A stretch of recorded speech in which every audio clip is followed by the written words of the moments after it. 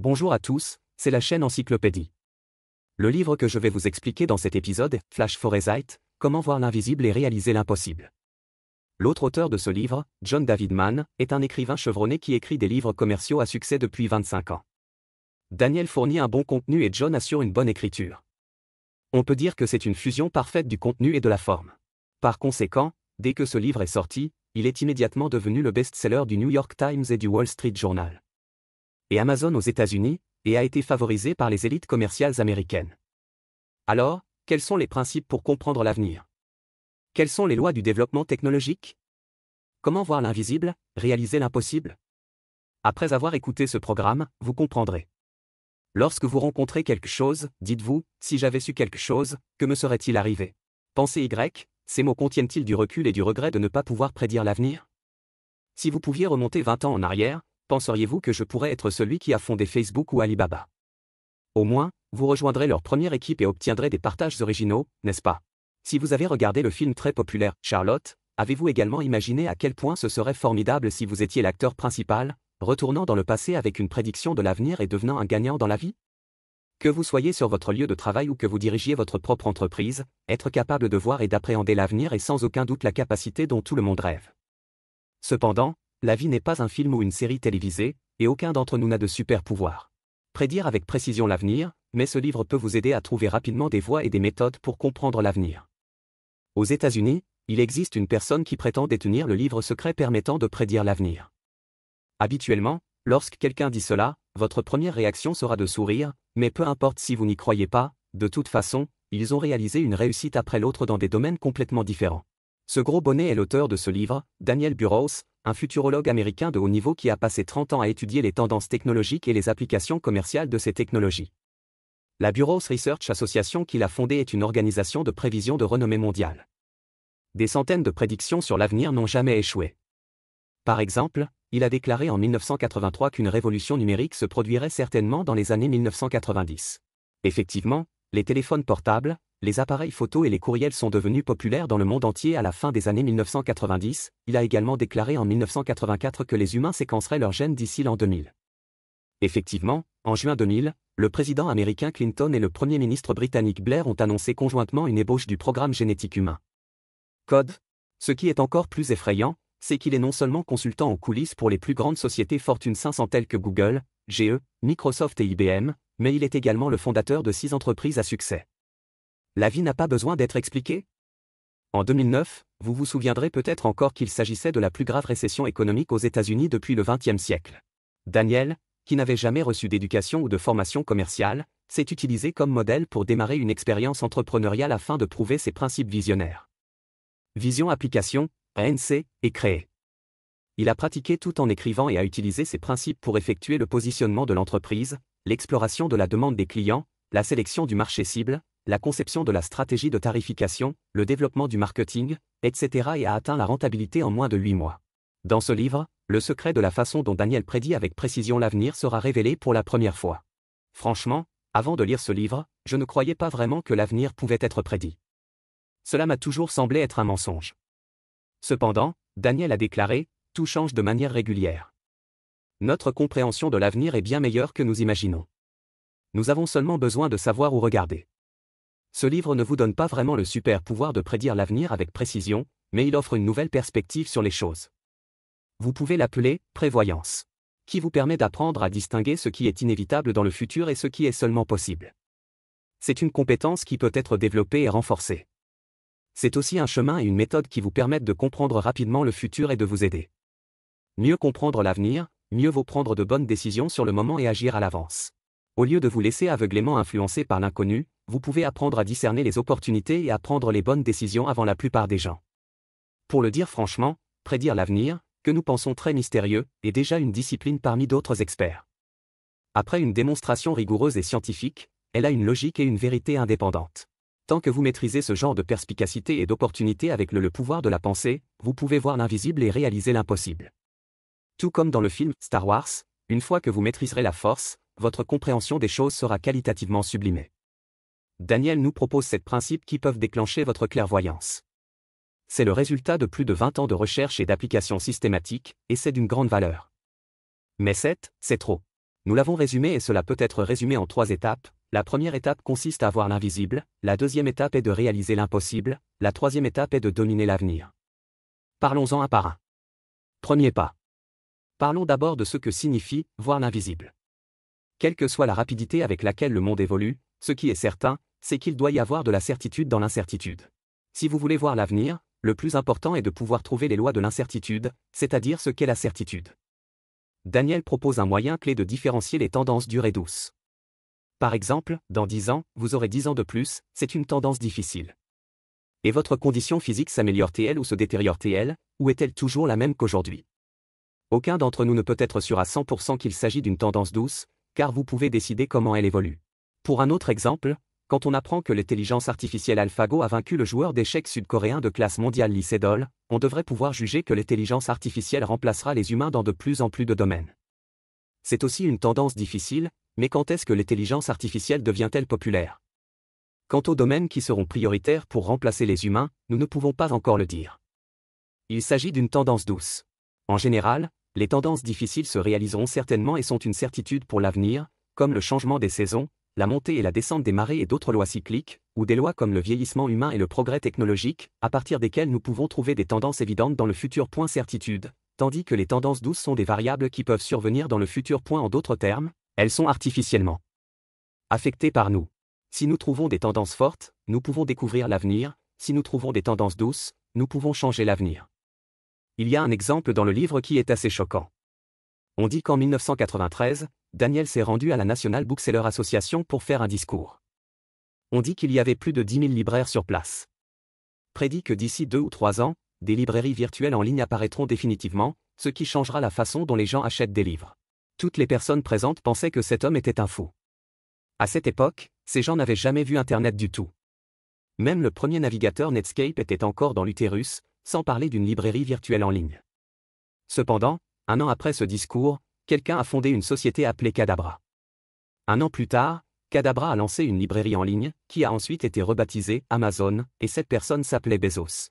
4 ans plus tard, Bezos fait la couverture du Time Magazine et devient la personne de l'année. L'émergence des librairies virtuelles en ligne est une tendance difficile. Vous vous demandez peut-être s'il existe des règles qui peuvent nous servir de référence pour découvrir les tendances difficiles? La réponse est oui. Daniel a résumé un ensemble de 8 lois du développement et de l'évolution technologique, qui sont très utiles pour vous permettre de comprendre comment voir les tendances claires et difficiles à l'avenir, à savoir la dématérialisation, la virtualisation, la mobilité, l'intelligence produit, la mise en réseau, l'interaction et la mondialisation. Convergence. Cela semble un peu difficile à comprendre, non? Laissez-moi vous donner quelques exemples. Au fil des milliers d'années, le support du texte s'est développé depuis les feuilles de bambou et le papier jusqu'aux documents électroniques. Il s'agit du processus de dématérialisation, l'utilisation de logiciels pour simuler la réalité, comme la simulation d'explosion de bombes atomiques, et les librairies en ligne, les vies virtuelles, etc. Sont tous de la virtualisation, où les terminaux mobiles tels que les téléphones mobiles et les iPads sont de plus en plus utilisés pour obtenir des informations et interagir à tout moment et en tout lieu. C'est la mobilité, un jour, vous conduisez sur la route, et tout à coup, l'invité vocal dans la voiture indique que l'arrière le pneu est presque à court d'air, puis le système de positionnement vous invite. Vous avez dit qu'il y a des stations-service à 3 km plus loin où vous pouvez gonfler le gaz. Grâce à des capteurs et des réseaux, l'intelligence artificielle peut être mise en œuvre sur tout, des téléphones portables et appareils électriques à la construction et le transport, c'est l'intelligence produit. De nos jours, les gens, les choses et les choses peuvent tous établir une connexion, une communication et une transmission d'informations en temps réel via Internet. C'est la mise en réseau. Dans le passé, nous sommes passés de la lecture d'informations dans une direction en ligne aux plateformes de médias sociaux telles que Twitter et Facebook. Interaction, du simple visionnage de programmes télévisés à la participation au vote et à la loterie, y compris la réalisation d'une seconde vie virtuelle dans le monde de la réalité virtuelle, nous sommes de plus en plus capables de communiquer et d'interagir avec diverses choses. C'est l'interactivité, nous pouvons tant comprendre les résultats des élections américaines, ou le fait que de nombreuses sociétés de logiciels chinoises peuvent embaucher des étrangers au-delà des frontières pour le développement de programmes, etc. sont autant d'exemples de mondialisation, comme les smartphones intégrant un téléphone, un appareil photo, de la musique, des cartes et d'autres fonctions, comme les librairies combinées avec les cafés, etc. obtenant l'effet qu'1+1 étant supérieur à 2, etc. sont toutes considérées comme une convergence. Peut-être trouverez-vous autour de vous de nombreux exemples conformes à ces 8 lois, comme les achats en ligne, la réalité virtuelle, la finance sur Internet, les robots intelligents, etc. qui évoluent tous constamment selon ces 8 lois. Lorsque vous maîtriserez ces tendances claires et dures, vous constaterez que beaucoup de choses peuvent être prédites à l'aide de cette règle. C'est ce qu'a dit l'auteur Daniel, et nous résumons la première étape pour chacun, voir l'invisible. Nous avons parlé des tendances fortes et des tendances douces, et avons également parlé des 8 règles pour juger des tendances fortes dans le domaine technologique. Comment cette première étape doit-elle guider notre pratique? Bien sûr, il faut saisir la tendance difficile, c'est l'occasion. L'auteur a déclaré, tant que cela sera possible, cela sera réalisé. Si vous ne le faites pas, quelqu'un d'autre le fera. Vous devez avoir vécu plus ou moins cette expérience. Beaucoup de choses que d'autres ont finalement accomplies, auxquelles vous avez peut-être déjà pensé, mais que vous avez abandonnées à cause de l'incertitude ou de la peur de prendre des risques. Et lorsque vous voyez une tendance difficile qui est sûre de se produire dans le futur, en changeant votre façon de penser de passive à proactive, vous pouvez agir sans hésitation avant que la tendance ne se produise et prendre les devants. Prenons un exemple. Jack Ma, le fondateur d'Alibaba, est devenu aujourd'hui l'entrepreneur le plus prospère de Chine grâce à sa clairvoyance sans précédent. Il y a 17 ans, il a vu l'import-export et le commerce électronique des petites et moyennes entreprises. Aujourd'hui, 17 ans plus tard, il a constaté la forte tendance selon laquelle le crédit numérique en ligne deviendra une monnaie à l'avenir, a lancé Sesame Crédit Point et a utilisé Alipay pour attirer les utilisateurs de manière importante. Il est toujours capable de saisir l'opportunité, et à chaque fois il prend des mesures et planifie avant que les autres ne s'en rendent compte. Si vous sentez que vous n'avez pas saisi les opportunités de l'ère Internet ou du commerce électronique et que cela vous inquiète, vous pouvez alors utiliser la méthode de jugement de Daniel pour explorer les opportunités dans les domaines dans lesquels vous excellez au cours des 10 ou 20 prochaines années. Bien sûr, certaines personnes réussissent parce qu'elles peuvent voir l'avenir, et d'autres doivent échouer parce qu'elles ne peuvent pas voir l'avenir. Pour donner un autre exemple intéressant, au cours des dernières décennies, General Motors et 3 autres grands géants américains de l'automobile ont ignoré l'augmentation continue de la population de la classe moyenne dans les pays émergents, ont mal évalué les variations linéaires des prix du pétrole comme des changements cycliques et n'ont pas réussi à détecter véhicules économes en carburant à tel point la demande croissante continue de produire des voitures de grande cylindrée. En fait, tant que nous pouvons juger de la forte tendance à la hausse des prix du pétrole, nous pouvons certainement prédire que les voitures deviendront plus respectueuses de l'environnement et plus économes en carburant à l'avenir, et qu'un jour elles ne dépendront plus entièrement de l'essence. Il serait imprudent d'espérer simplement que les prix du pétrole baisseront et de continuer à fabriquer des véhicules à forte consommation d'énergie au lieu de réfléchir aux moyens de développer des véhicules à énergie nouvelle. Le résultat final, comme vous le savez peut-être aussi, a été que General Motors a fait faillite et s'est réorganisé, et l'activité ou mère qu'elle a vendue était son véhicule le plus consommateur de carburant. Parlons de notre expérience. Lorsque nous accompagnons les entrepreneurs qui souhaitent lever des fonds, nous avons également découvert un phénomène intéressant. La raison pour laquelle les projets et les produits entrepreneuriaux semblent avoir la même direction et les équipes sont toutes très bonnes, mais certaines sont très certains obtiennent rapidement des investissements et se développent rapidement, tandis que d'autres ne le font pas. Dans une large mesure, la vitesse et le plafond de développement de l'entreprise dépendent de l'avenir que les différents fondateurs peuvent entrevoir. Leur compréhension de l'avenir produira des résultats de jugement différents, qui affecteront le positionnement de l'entreprise sur le marché, le choix de la voie stratégique et le développement commercial. Un impact significatif sur des aspects clés tels que la conception de modèles, le développement de produits et la construction de barrières concurrentielles. Cela peut sembler minime au début, mais après 1 an ou 2, ces entreprises deviendront rapidement très différentes. Alors autant y réfléchir sous un autre angle. Si vous étiez patron ou investisseur, réutiliseriez-vous ou investiriez-vous certainement dans des personnes plus capables de voir l'avenir? Le livre mentionne un bon moyen d'avoir un aperçu des opportunités appelé méthode d'analyse comparative du futur. Par exemple, si vous voulez être un excellent gestionnaire, vous pouvez trouver autour de vous un modèle que vous admirez ou admirez particulièrement et gérer n'importe quoi au travail. Que vous communiquiez avec des collègues ou preniez des décisions, vous pouvez y penser lorsque vous le faites. Si c'était lui à ce moment-là, que ferait-il? Ensuite, essayez de gérer les choses selon sa pensée et sa manière autant que possible, afin que vous deveniez bientôt une telle personne. Si vous dirigez une entreprise, le secteur de l'Internet mobile a été monopolisé par des géants tels que Twitter, Facebook et Amazon. Il n'y a peut-être pas beaucoup d'opportunités et la concurrence est encouragée. La prochaine ère de l'intelligence artificielle arrive. Océan rouge de l'Internet mobile, il vaut mieux combiner avec les fortes tendances de l'avenir, prédisons ce que feront ces grandes entreprises à l'ère de l'intelligence artificielle. Oubliez simplement les produits Internet mobile et commencez à penser et à agir à partir de produits à l'ère de l'intelligence artificielle. De cette façon, nous aurons une longueur d'avance lorsque viendra la prochaine ère. C'est la première étape dont nous parlons aujourd'hui, voir l'invisible. Une fois que vous avez identifié une éventuelle tendance difficile, vous devez la saisir rapidement, car c'est quelque chose qui se réalisera certainement. Si vous ne le faites pas, quelqu'un le fera. Si d'autres le font avant vous, vous aurez une longueur d'avance. Étape 2. Faites l'impossible.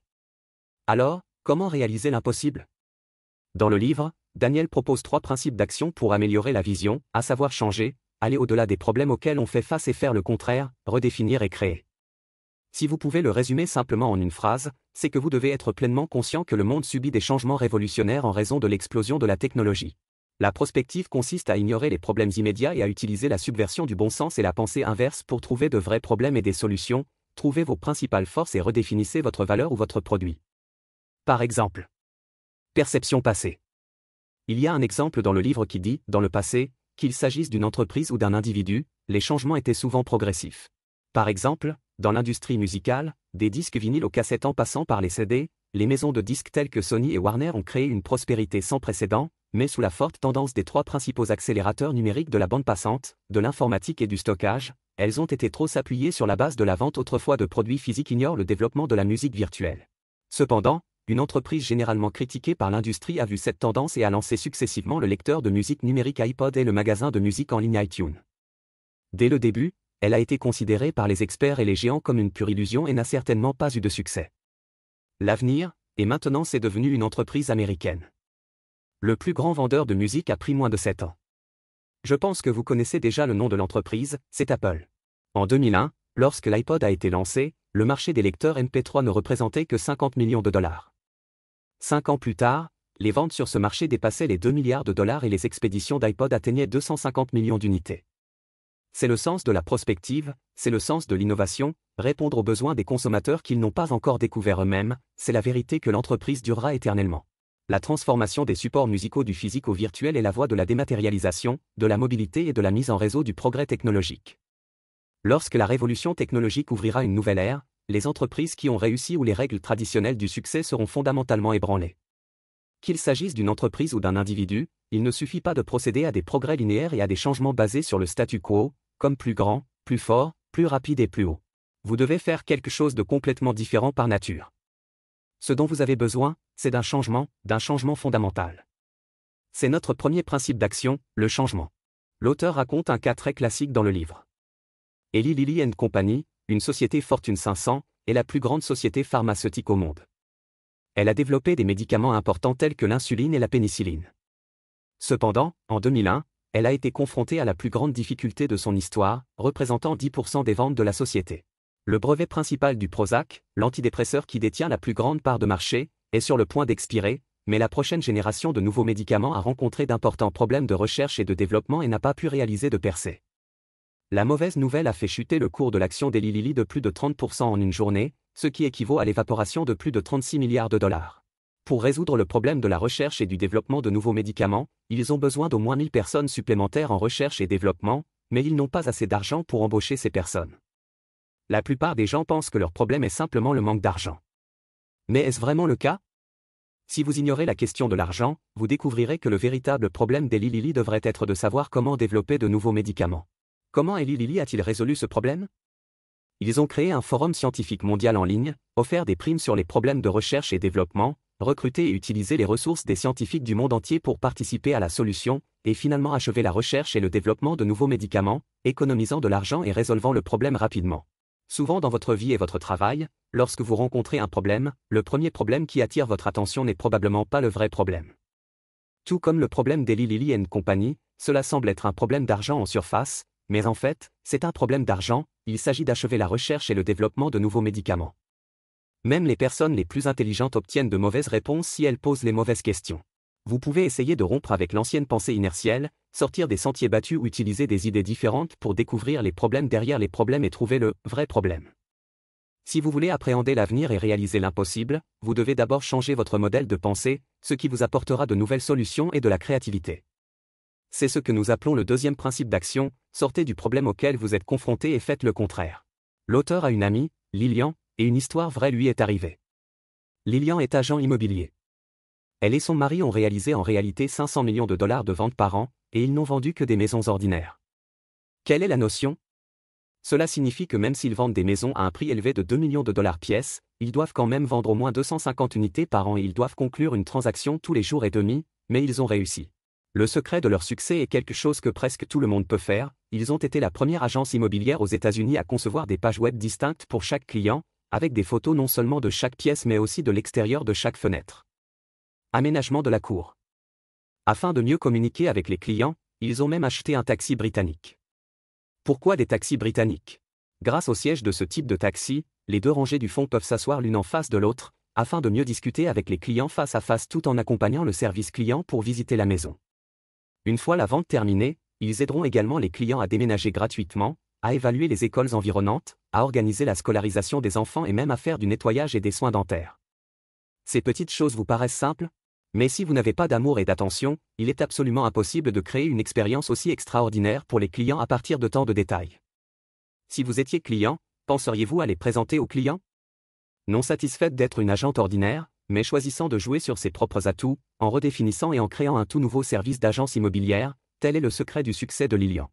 Par conséquent, si vous voulez appréhender l'avenir et réaliser l'impossible, vous devez également regarder les choses avec une nouvelle perspective, redéfinir les choses de manière innovante et créer des choses révolutionnaires, afin de réaliser ce que d'autres pensent être impossible. C'est ce que nous appelons le troisième principe d'action, redéfinir et créer. À ce propos, certains doivent être conscients du produit du livre électronique. Derrière son succès, il suit en réalité les fortes tendances technologiques de la dématérialisation, de la mobilité et d'Internet. Lorsque les livres électroniques sont utilisés sous cette forme, ils peuvent servir à des personnes occupées. Pour améliorer les compétences et gagner du temps, nous utilisons également le principe d'action de la prospective, comme la pensée inverse du « moins c'est plus » et la redéfinition et la réinvention des produits de connaissances. Les livres électroniques abandonnent les scénarios d'apprentissage formels auxquels la plupart des gens pourraient penser et se concentrent sur les scénarios de temps fragmentés des utilisateurs, redéfinissant les formes de connaissances et les méthodes de lecture, aidant les utilisateurs à obtenir les pensées raffinées des autres plus efficacement avec un investissement moindre. C'est sans aucun doute un modèle de vision. Cela dit, êtes-vous touché par quelque chose? En vous tenant sur la dure tendance du développement technologique, vous pouvez sauter, aller dans la direction opposée ou détruire ce point, redéfinir et créer, découvrant ainsi votre propre valeur et vos avantages uniques et façonnant un avenir meilleur.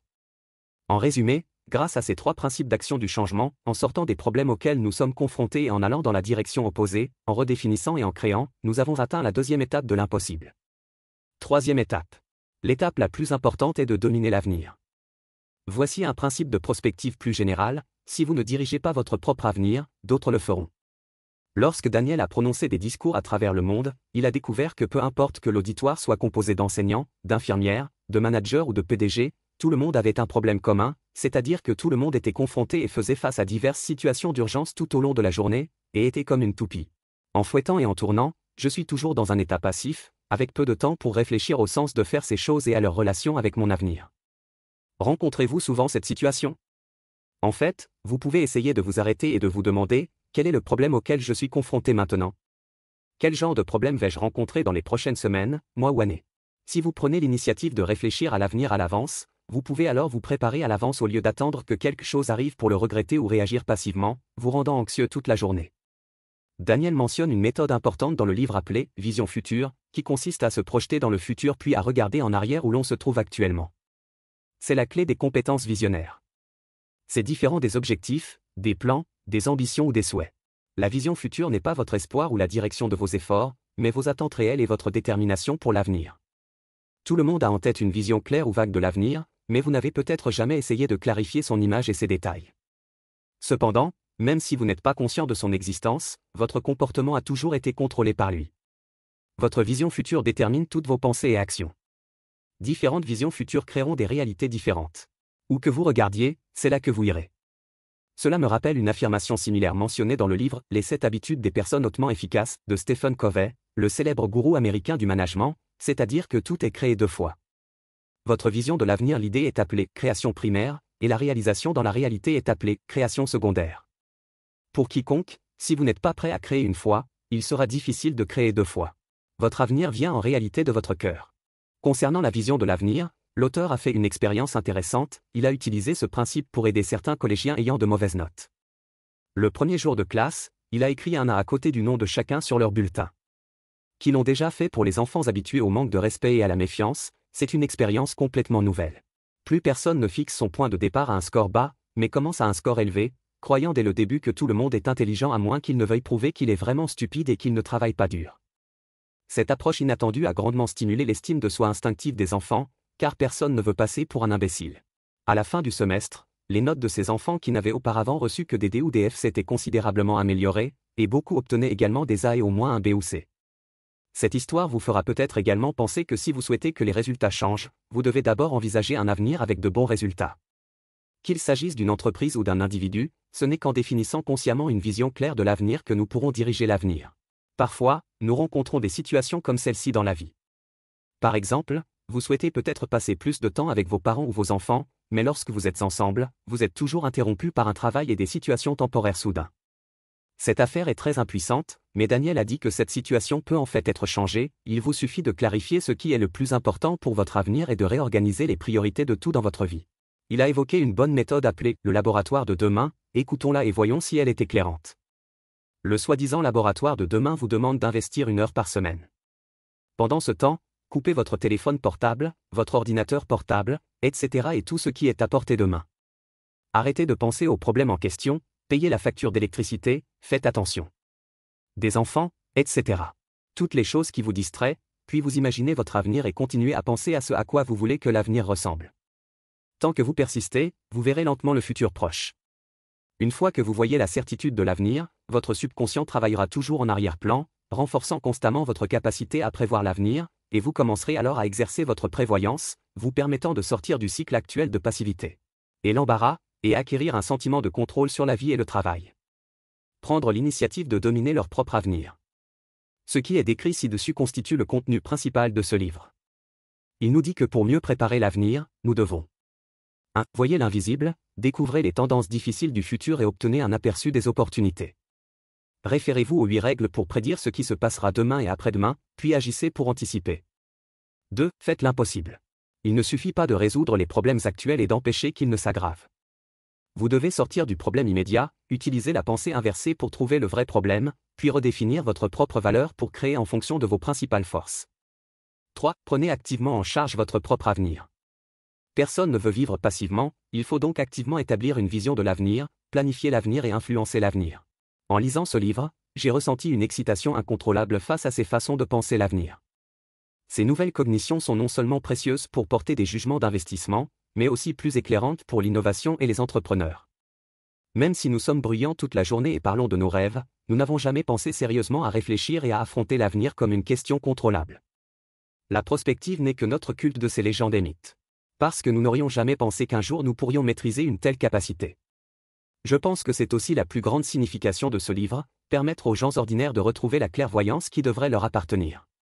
Une fois que vous avez une vision, vous avez la capacité de diriger votre avenir. C'est la fin de ce programme, quelles sont vos différentes opinions à ce sujet? Bienvenue à laisser un message pour discuter avec tout le monde. Et, si vous aimez notre chaîne, abonnez-vous à nous.